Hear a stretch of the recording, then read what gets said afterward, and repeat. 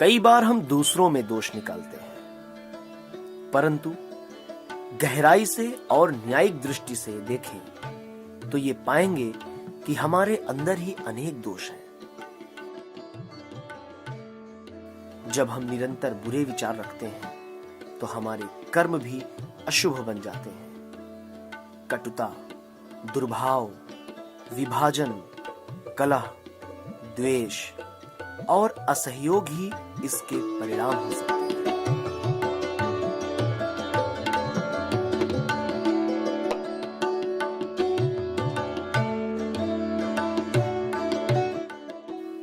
पाप पुण्य की व्याख्या करते हुए महाभारत में कहा गया है कि दूसरों के प्रति उपकार करना ही पुण्य है और दूसरों को पीड़ा देना ही पाप है। आपने देखा होगा कि स्वभावतः मनुष्यों की इच्छाओं में बहुत कुछ समानता होती है। दूसरों से प्रेम, स्नेह, आत्मीयता, सहयोग और सहानुभूति की अपेक्षा सभी रखते हैं, परंतु जब हम व्यवहारिक रूप में दूसरों के साथ ऐसा बर्ताव नहीं करते तो इसे बुरा विचार या अशालीन माना जाता है।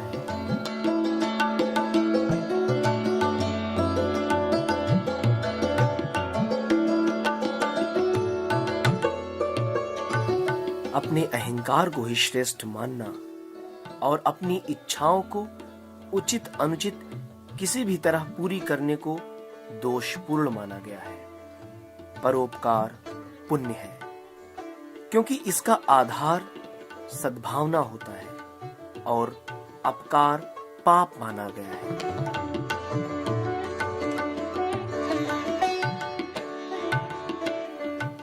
विचारों के अनुसार ही चेष्टाएं जागृत होती हैं। सत्कर्मों के विस्तार से आत्मा विकसित होती है।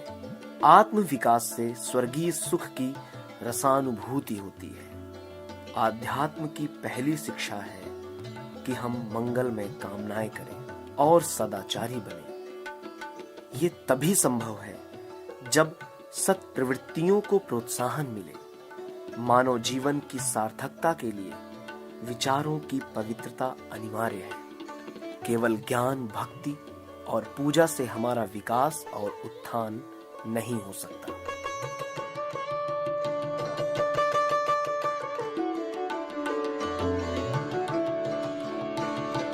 परमात्मा के सामने जब हम सब एक समान हैं, तब कोई ऊंच नीच, छोटा बड़ा नहीं है। जब हम ऐसा सोचकर दूसरों के साथ सदैव सात्विक भावनाएं रखेंगे, तभी हम सच्चे आध्यात्मवादी बन सकेंगे।